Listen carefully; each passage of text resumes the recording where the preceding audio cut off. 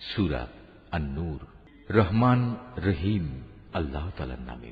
এটি একটি সূরা, আমি নাযিল করেছি এবং আমি এতে বর্ণিত বিধানসমূহ ফরজ করেছি। আমি এতে পরিষ্কার করে আমার আয়াতসমূহ নাযিল করেছি, যাতে করে তোমরা এর থেকে শিক্ষা গ্রহণ করতে পারো। এই বিধানসমূহের একটি হচ্ছে ব্যভিচারিণী নারী ও ব্যভিচারী পুরুষ সংক্রান্ত বিধানটি। এদের ব্যাপারে আদেশ হচ্ছে তাদের প্রত্যেককে তোমরা 100টি করে বেত্রাঘাত করবে। আল্লাহর দ্বীনের আদেশ প্রয়োগের ব্যাপারে ওদের প্রতি কোন রকম দয়া যেন তোমাদের মনে না আসে।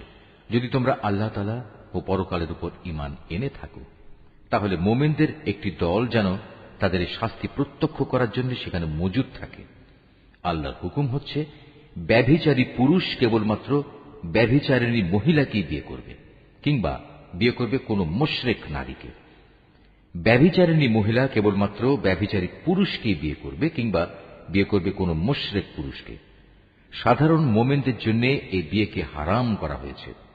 অপরদিকে যারা খামাখা সতী সাধ্বী নারীদের উপর ব্যভিচারের অপবাদ আরোপ করবে এবং এর সপক্ষে 4 জন সাক্ষী হাজির করতে পারবে না, তাদের 80টি বেত্রাঘাত করবে এবং ভবিষ্যতে আর কখনো তাদের সাক্ষ্য গ্রহণ করবে না, কেননা এরা হচ্ছে নিকৃষ্ট গুনাহগার। অবশ্য যেসব ব্যক্তি এ অন্যায়ের পর তওবা করে এবং নিজেদের শুধরে নেয়, তাদের কথা আলাদা। আল্লাহ তাআলা অবশ্যই ক্ষমাশীল ও বড় দয়ালু। আর যারা নিজেদের স্ত্রীদের উপর ব্যভিচারের অপবাদ আরোপ করে অথচ নিজেরা ছাড়া তাদের কাছে অপবাদের পক্ষে অন্য কোন সাক্ষ্য মজুদ থাকে না, তবে এটাই তাদের সাক্ষ্য যে তারা আল্লাহর নামে 4 বার শপথ করে বলবে অবশ্যই এ অভিযোগের ব্যাপারে সে সত্যবাদী।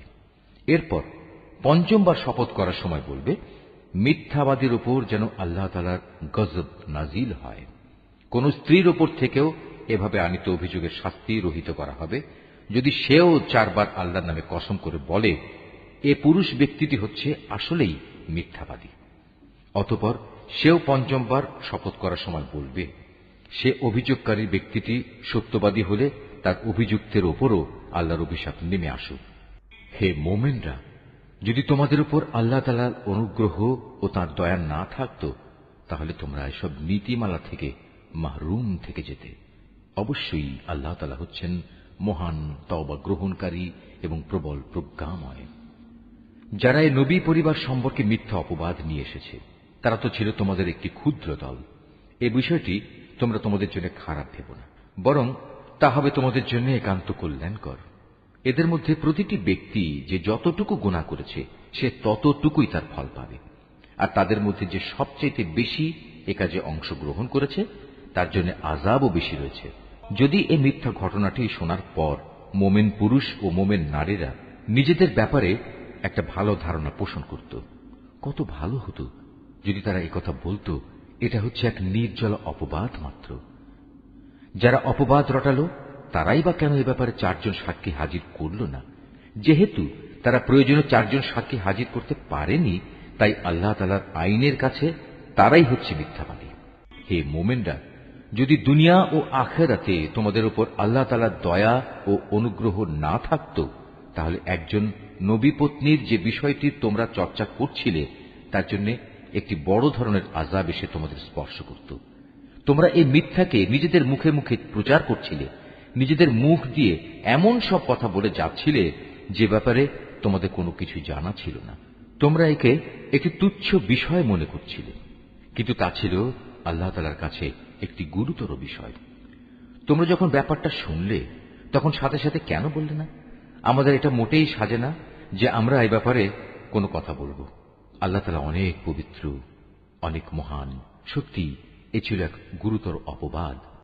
আল্লাহ তাআলা তোমাদের উপদেশ দিচ্ছেন, তোমরা যদি সত্যি মোমেন হও তাহলে কখনো এরূপ আচরণের পুনরাবৃত্তি করো না। আল্লাহ তাআলা তাঁর আয়াতসমূহ স্পষ্ট করে তোমাদের সামনে বিবৃত করেন এবং আল্লাহ তাআলা সব কিছু জানেন, তিনি বিজ্ঞ কুশলী। যারা মোমেনদের মাঝে মিছে অপবাদ রটনা করে, অশ্লীলতার প্রসার কামনা করে, তাদের জন্য রয়েছে দুনিয়া ও আখিরাতে মর্মন্তুদ শাস্তি। আল্লাহ তাআলা সব কিছু জানেন, তোমরা কিছুই জানো না। হে মোমেনরা, যদি তোমাদের উপর আল্লাহ তাআলার দয়া ও অনুগ্রহ না থাকত, তাহলে একটা বড় ধরনের বিপর্যয় ঘটে যেত। অবশ্যই আল্লাহ তাআলা বড়ই দয়ালু ও স্নেহপ্রবণ। হে মানুষ, তোমরা যারা ঈমান এনেছ তারা কখনো শয়তানের পদাঙ্ক অনুসরণ করো না। তোমাদের মধ্যে যে কেউই শয়তানের পদাঙ্ক অনুসরণ করে সে যেন জেনে রাখে সে অভিশপ্ত শয়তান, তো তাকে অশ্লীলতা ও মন্দ কাজেরই আদেশ দেবে। যদি তোমাদের উপর আল্লাহ তাআলার দয়া ও অনুগ্রহ না থাকত তাহলে তোমাদের মধ্যে কেউই কখনো পাক পবিত্র হতে পারত না। কিন্তু আল্লাহ তাআলা যাকে চান তাকে পবিত্র করেন এবং আল্লাহ তাআলা সবকিছু শোনেন, তিনি সবকিছু জানেন। তোমাদের মধ্যে যারা দ্বীনি মর্যাদা ও পার্থিব ঐশ্বর্যের অধিকারী তারা যেন কখনো এ মর্মে শপথ না করে যে তারা তাদের গরিব আত্মীয় স্বজন, অভাবগ্রস্ত এবং যারা আল্লাহ তাআলার রাস্তায় হিজরত করেছে তাদের কোন রকম সাহায্য করবে না, বরং তাদের উচিত তারা যেন তাদের ক্ষমা করে দেয় এবং তাদের দোষ ত্রুটি উপেক্ষা করে। তোমরা কি এটা চাও না আল্লাহ তাআলা তোমাদের গুনাহ মাফ করে দিন? আল্লাহ তাআলা ক্ষমাশীল ও পরম দয়ালু। যারা সতী সাধ্বী নারীদের প্রতি ব্যভিচারের অপবাদ আরোপ করে, যারা এই অপবাদের ব্যাপারে কোনো খবরই রাখে না, সর্বোপরি যারা ঈমানদার তাদের প্রতি অপবাদ আরোপকারী এসব মানুষদের জন্য দুনিয়া ও আখিরাতের উভয় স্থানেই অভিশাপ দেয়া হয়েছে। উপরন্তু তাদের জন্য রয়েছে কঠোর আযাব। সেদিন তাদের কৃতকর্ম সম্বন্ধে স্বয়ং তাদের জিহ্বাসমূহ, তাদের হাতগুলো ও তাদের পাগুলো তাদের বিরুদ্ধে সাক্ষ্য দেবে। সেদিন আল্লাহ তাআলা তাদের যথার্থ প্রাপ্য পুরোপুরি আদায় করে দেবেন এবং তারা জেনে নেবে আল্লাহ তাআলাই হচ্ছেন সুস্পষ্ট সত্য। জেনে রেখো, নষ্ট নারীরা হচ্ছে নষ্ট পুরুষদের জন্য, নষ্ট পুরুষরা হচ্ছে নষ্ট নারীদের জন্য, আবার ভালো নারীরা হচ্ছে ভালো পুরুষদের জন্য, ভালো পুরুষরা হচ্ছে ভালো নারীদের জন্য। মুনাফিক লোকেরা এ ভালো মানুষগুলো সম্পর্কে যা কিছু বলে তারা তা থেকে পাক পবিত্র। আখিরাতে এদের জন্য রয়েছে ক্ষমা ও সম্মানজনক রিজিক। হে ঈমানদার ব্যক্তিরা, তোমরা নিজেদের ঘর ছাড়া অন্য কারো ঘরে সে ঘরের লোকদের অনুমতি না নিয়ে ও তাদের প্রতি সালাম না করে কখনো প্রবেশ করো না। নৈতিকতা ও শালীনতার দিক থেকে এটা তোমাদের জন্য উত্তম পন্থা। আল্লাহ তাআলা তোমাদের এসব বলে দিচ্ছেন যাতে করে তোমরা কথাগুলো মনে রাখতে পারো। ঘরের দরজায় গিয়ে যদি তোমরা কাউকে সেখানে না পাও তাহলে সেখানে প্রবেশ করো না যতক্ষণ না তোমাদের ঘরে ঢোকার অনুমতি দেয়া হবে। যদি কোনো অসুবিধার কথা জানিয়ে তোমাদের বলা হয় তোমরা ফিরে যাও, তাহলে এমতাবস্থায় তোমরা অবশ্যই বিনা দ্বিধায় ফিরে যাবে। এটা তোমাদের জন্য সব দিক থেকে উত্তম। তোমরা যখন যা কিছু করো আল্লাহ তাআলা সে সম্পর্কে সবিশেষ অবহিত থাকেন। তবে যেসব ঘরে কেউ বসবাস করে না, যেখানে তোমাদের কোনো মাল সামানা রয়েছে, তেমন কোনো ঘরে প্রবেশে তোমাদের কোনো পাপ নেই। কেননা আল্লাহ তাআলা জানেন যা কিছু তোমরা প্রকাশ করো, আবার যা কিছু তোমরা গোপন করো তাও তিনি জানেন। হে নবী, তুমি মোমেন পুরুষদের বলো তারা যেন তাদের দৃষ্টি নিম্নগামী ও সংযত করে রাখে এবং তাদের লজ্জাস্থানসমূহকে হেফাজত করে। এটাই হচ্ছে তাদের জন্য উত্তম পন্থা। কেননা তারা নিজেদের চোখ ও লজ্জাস্থান দিয়ে যা করে আল্লাহ তাআলা সে সম্পর্কে পূর্ণাঙ্গভাবে অবহিত রয়েছেন। হে নবী, একইভাবে তুমি মোমেন নারীদেরও বলো তারা যেন তাদের দৃষ্টি নিম্নগামী করে রাখে এবং নিজেদের লজ্জাস্থানসমূহের হেফাজত করে। তারা যেন তাদের সৌন্দর্য প্রদর্শন করে না বেড়ায়, তবে তার শরীরের যে অংশ এমনিই খোলা থাকে সেসব অংশের কথা আলাদা। তারা যেন তাদের বক্ষদেশ মাথার কাপড় দ্বারা আবৃত করে রাখে। তারা যেন তাদের স্বামী, তাদের পিতা, তাদের শ্বশুর, তাদের ছেলে, তাদের স্বামীর আগের ঘরের ছেলে, তাদের ভাই, তাদের ভাইয়ের ছেলে, তাদের বোনের ছেলে, তাদের সচরাচর মেলামেশার মহিলা, নিজেদের অধিকারভুক্ত সেবিকা দাসী, নিজেদের অধীনস্থ এমন পুরুষ যাদের মহিলাদের কাছ থেকে কোনো কিছুই কামনা করার নেই, কিংবা এমন শিশু যারা এখনো মহিলাদের গোপন অঙ্গ সম্পর্কে কিছুই জানে না, এসব মানুষ ছাড়া তারা যেন অন্য কারো সামনে নিজেদের সৌন্দর্য প্রকাশ না করে। চলার সময় জমিনের উপর তারা যেন এমন ভাবে নিজেদের পা না রাখে যে সৌন্দর্য তারা গোপন করে রেখেছিল তা পায়ের আওয়াজে লোকদের কাছে জানাজানি হয়ে যায়। হে ঈমানদার ব্যক্তিরা, ত্রুটি বিচ্যুতির জন্য তোমরা সবাই আল্লাহর দরবারে তওবা করো। আশা করা যায় তোমরা নাজাত পেয়ে যাবে। তোমাদের মধ্যে যাদের স্ত্রী নেই তোমরা তাদের বিয়ের ব্যবস্থা করো। একইভাবে তোমাদের দাস দাসীদের মধ্যে যারা ভালো মানুষ তাদেরও বিয়ে শাদীর ব্যবস্থা করো। যদি তারা অভাবী ও দুশ্চিন্তাগ্রস্ত হয় তাহলে আল্লাহ তাআলা অচিরেই তাঁর অনুগ্রহ দিয়ে তাদের অভাব মুক্ত করে দেবেন। আল্লাহ তাআলা প্রাচুর্যময় ও সর্বজ্ঞ। যাদের বিয়ে করে ব্যয়ভার বহন করার সামর্থ্য নেই, আল্লাহ তাআলা তাদের নিজ অনুগ্রহে অভাব মুক্ত না করা পর্যন্ত তারা যেন সংযম অবলম্বন করে। তোমাদের অধিকারভুক্ত দাস দাসীদের ভেতর যারা মুক্তির কোন অগ্রিম লিখিত চুক্তি লিখিয়ে নিতে চায়, তোমরা তাদের তা লিখে দাও। যদি তোমরা তাদের এ চুক্তির মধ্যে কোনো ভালো সম্ভাবনা বুঝতে পারো, তাহলে আল্লাহ তাআলা তোমাদের যে সম্পদ দান করেছেন তা থেকে তাদের মুক্তির সময় মুক্ত হস্তে দান করবে। তোমাদের অধীনস্থ দাসীদের যারা সতীসাধ্যী থাকতে চায়, নিছক পার্থিব ধন সম্পদের আশায় কখনো তাদের ব্যভিচারের জন্য বাধ্য করো না। যদি তোমাদের কেউ তাদের এ ব্যাপারে বাধ্য করে, তাহলে তারা যেন আল্লাহ তাআলার কাছে ক্ষমা প্রার্থনা করে, কারণ তাদের এ বাধ্য করার পরেও তওবাকারীদের প্রতি আল্লাহ তাআলা হামেশাই ক্ষমাশীল ও পরম দয়ালু। হে মুমিনরা, আমি তোমাদের কাছে সুস্পষ্ট আয়াতসমূহ নাজিল করেছি, আরো উদাহরণ হিসেবে পেশ করেছি তোমাদের আগের মানুষদের ঘটনাগুলো। পরহেজগার লোকদের জন্য তা ছিল শিক্ষণীয় উপদেশ। আল্লাহ তাআলাই হচ্ছেন আসমান সমূহ ও জমিনের নূর। তাঁর এ নূরের উদাহরণ হচ্ছে তা যেমন একটি তাকের মতো, তাতে একটি প্রদীপ রাখা আছে। প্রদীপটি আবার স্থাপন করা হয়েছে স্বচ্ছ একটি কাঁচের আবরণের ভেতর। কাঁচের আবরণটি হচ্ছে উজ্জ্বল একটি তারার মতো। তা প্রজ্বলিত করা হয় পবিত্র জৈতুন গাছ মিশ্রিত তেল দ্বারা, যা শুধু পূর্ব দিকের সূর্যের আলো থেকেই আলোকপ্রাপ্ত নয়, পশ্চিম দিকের সূর্যের আলোকপ্রাপ্তও নয়, বরং এটি সব সময়ই প্রজ্বলিত থাকে। আবার এর তেল এত পরিষ্কার, দেখলে মনে হয় তা বুঝে নিজে নিজেই জ্বলে উঠবে, যদি আগুন তাকে ততক্ষণে স্পর্শ না করে থাকে। আর যদি আগুন স্পর্শ করেই ফেলে, তাহলে তা হবে নূরের উপর নূর। আল্লাহ তাআলা তার অদৃশ্য নূরের দিকে যাকে চান তাকেই হেদায়েত দান করেন। আল্লাহ তাআলা এভাবে মানুষদের বোঝানোর জন্য নানা উপমা পেশ করে থাকেন। আল্লাহ তাআলা প্রত্যেক বিষয় সম্পর্কেই সম্যক অবগত আছেন। এসব ব্যক্তিদের সে ঘরসমূহে পাওয়া যাবে যার মধ্যে আল্লাহ তাআলার সম্মান মর্যাদা উন্নীত করা এবং তাতে তার নিজের পবিত্র নাম স্মরণ করার জন্য সবাইকে আদেশ দিয়েছেন। সেসব জায়গাসমূহে সকাল সন্ধ্যা এরা আল্লাহ তাআলার পবিত্রতা ও মহিমা ঘোষণা করে। তারা এমন লোক, ব্যবসা বাণিজ্য তাদের কখনো আল্লাহ তাআলা থেকে গাফিল করে দেয় না। না বেচাকেনা তাদের আল্লাহ তাআলা স্মরণ, নামাজ প্রতিষ্ঠা ও যাকাত আদায় করা থেকে গাফিল রাখতে পারে। তারা সেদিনকে ভয় করে যেদিন তাদের অন্তর ও দৃষ্টিশক্তি ভীত বিহ্বল হয়ে পড়বে।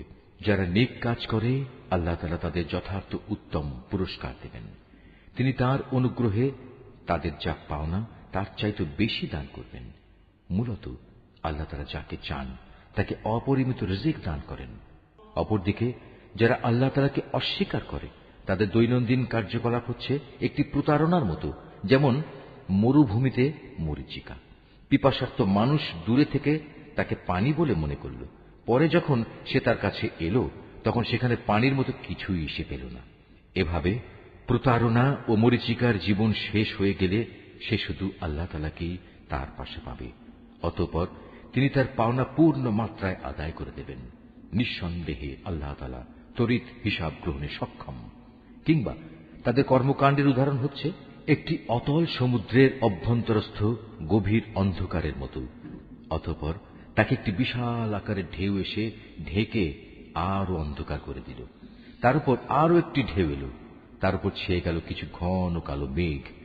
এক অন্ধকারের উপর এলো আর এক অন্ধকার। যদি কেউ এই অবস্থায় তার হাত বের করে, আধারের কারণে তার তা দেখার কোনো সম্ভাবনা থাকবে না।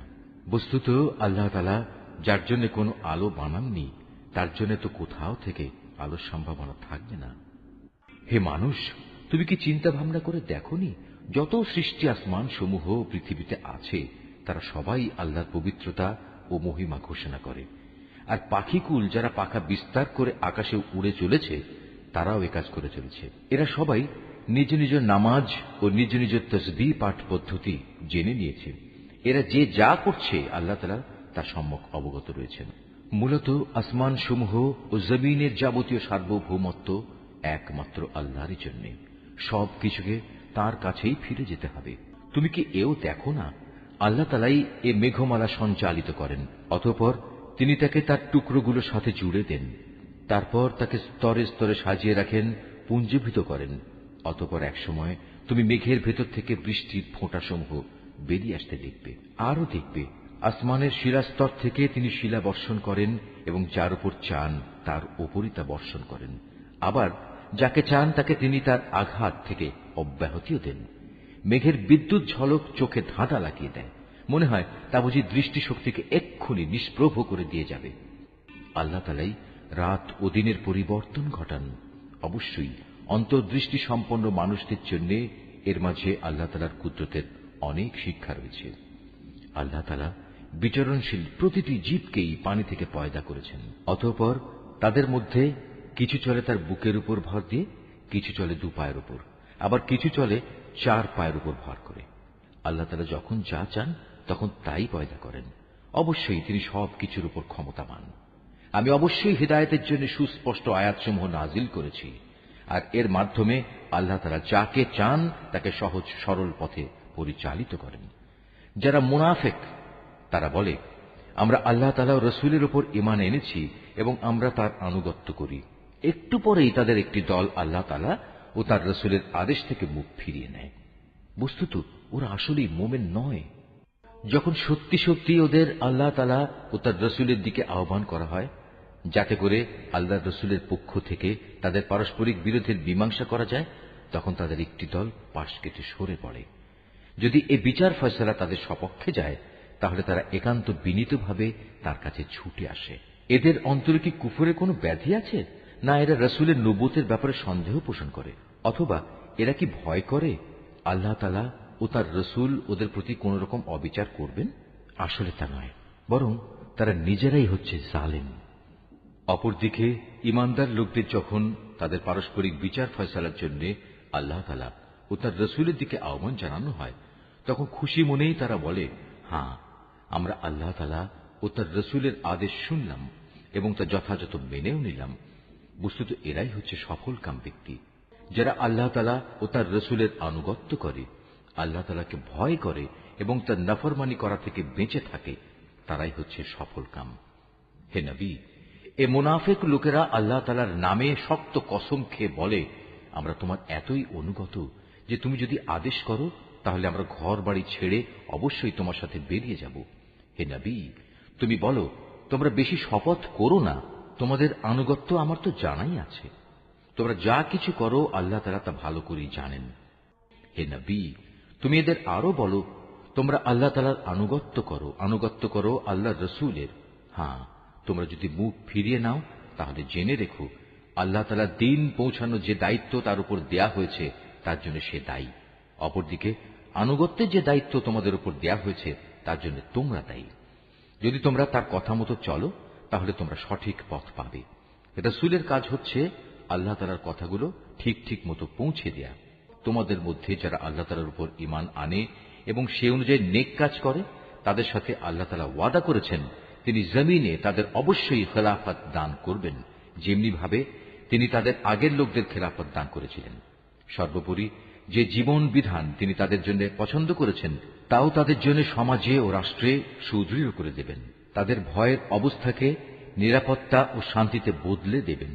তবে এজন্য শর্ত হচ্ছে তারা শুধু আমারই গোলামি করবে, আমার সাথে কাউকে শরীক করবে না। এরপরেও যে এবং যারা তার নিয়ামতের নাফরমানি করবে তারাই গুনাহগার বলে পরিগণিত হবে। হে মুসলমানরা, তোমরা নামাজ প্রতিষ্ঠা করো, যাকাত দাও, রাসূলের আনুগত্য করো। আশা করা যায় তোমাদের উপর দয়া ও অনুগ্রহ করা হবে। কাফিরদের ব্যাপারে কখনো একথা ভেবো না যে তারা জমিনে আমাকে অক্ষম করে দেবে। তাদের ঠিকানা হচ্ছে জাহান্নাম, আর কত নিকৃষ্ট এই ঠিকানা। হে মানুষ, তোমরা যারা ঈমান এনেছ, মনে রেখো, তোমাদের অধিকারভুক্ত দাস দাসীরা এবং তোমাদের মধ্যে থেকে যারা এখনো বয়ঃপ্রাপ্ত হয়নি, তারা যেন 3টি সময়ে তোমাদের কাছে আসার জন্য অনুমতি চেয়ে নেয়। সে সময়গুলো হচ্ছে ফজর নামাজের আগে, দুপুরে যখন তোমরা কিছুটা আরাম করার জন্য নিজেদের পরিধেয় বস্ত্র শিথিল করো, এবং এশার নামাজের পর। মূলত এই 3টি সময় হচ্ছে তোমাদের পর্দা অবলম্বনের সময়। এগুলো ছাড়া অন্য সময় আসা যাওয়ার ব্যাপারে তোমাদের উপর কোনো দোষ নেই, না এতে তাদের জন্য কোন রকম দোষ আছে, কেননা তোমরা তো প্রায়ই একে অপরের কাছে যাতায়াত করে থাকো। আল্লাহ তাআলা এভাবেই নিজের নির্দেশগুলো সুস্পষ্টভাবে বর্ণনা করেন। বস্তুত আল্লাহ তাআলা মহাজ্ঞানী, তিনি প্রবল প্রজ্ঞাবান। তোমাদের নিজেদের সন্তানরাও যখন বয়প্রাপ্ত হয়ে যায় তখন তারা যেন তোমাদের কামরায় প্রবেশের আগে সেভাবেই অনুমতি নেয় যেমনি তাদের আগে বড়রা অনুমতি নিত। আল্লাহ তাআলা এভাবেই তাঁর আদেশসমূহ তোমাদের কাছে খুলে খুলে বর্ণনা করেন। আল্লাহ তাআলা সব কিছু জানেন, তিনি পরম কুশলী বটে। বৃদ্ধা নারী যাদের এখন আর কারো বিয়ের বন্ধনে আসার আশা নেই, তাদের উপর কোনো দোষ নেই যদি তারা তাদের শরীর থেকে অতিরিক্ত কাপড় খুলে রাখে। তবে শর্ত হচ্ছে তারা সৌন্দর্য প্রদর্শনকারী হবে না। অবশ্য এ অতিরিক্ত কাপড় খোলা থেকেও যদি তারা বিরত থাকতে পারে তা তাদের জন্য ভালো। আল্লাহ তাআলা সব কিছু শোনেন, আল্লাহ তাআলা সবকিছু জানেন। যে ব্যক্তি অন্ধ তার উপর কোনো বিধি নিষেধ নেই, যে পঙ্গু তার জন্যও কোনো বিধি নিষেধ নেই, যে ব্যক্তি অসুস্থ তার উপরও কোনো বাধ্যবাধকতা নেই, এবং তোমাদের নিজেদের উপরও কোনো দোষ নেই যদি তোমরা তোমাদের নিজেদের ঘর থেকে কিছু খেয়ে নাও। একইভাবে এটাও তোমাদের জন্য দূষণীয় হবে না যদি তোমরা তোমাদের পিতা পিতামহের ঘরে, মায়েদের ঘরে, ভাইদের ঘরে, বোনদের ঘরে, চাচাদের ঘরে, ফুপুদের ঘরে, মামাদের ঘরে, খালাদের ঘরে, এমন সব ঘরে যার চাবি তোমাদের অধিকারে রয়েছে, কিংবা তোমাদের বন্ধুদের ঘরে কিছু খাও, অতঃপর এতেও কোনো দোষ নেই যে এসব জায়গায় তোমরা সবাই একত্রে খাবে কিংবা আলাদা আলাদা খাবে। তবে যখনই এসব ঘরে প্রবেশ করবে তখন একে অপরের প্রতি সালাম করবে। এটা হচ্ছে আল্লাহর কাছ থেকে তাঁরই নির্ধারিত কল্যাণময় এক পবিত্র অভিবাদন। এভাবেই আল্লাহ তাআলা তোমাদের জন্য তার আয়াতসমূহ বিশদভাবে বর্ণনা করেন যাতে করে তোমরা বুঝতে পারো। খাঁটি ঈমানদার ব্যক্তি তো হচ্ছে তারা যারা আল্লাহ তাআলা ও তার রাসূলের উপর ঈমান আনে। কখনো যদি তারা কোনো সমষ্টিগত ব্যাপারে তার সাথে একত্রিত হয় তাহলে যতক্ষণ তারা তার কাছ থেকে অনুমতি চাইবে না ততক্ষণ তারা সেখান থেকে কেউ সরে যাবে না। হে নবী, যারা আল্লাহ তাআলা ও তার রাসূলের উপর বিশ্বাস করে যদি তারা কখনো তাদের নিজেদের কোনো কাজে বাইরে যাবার জন্য তোমার কাছে অনুমতি চায় তাহলে তুমি যাকে ইচ্ছা তাকে অনুমতি দিও এবং আল্লাহ তাআলার কাছে এদের গুনাহ মাফের জন্য দোয়া করো। অবশ্যই আল্লাহ তাআলা ক্ষমাশীল ও পরম দয়ালু।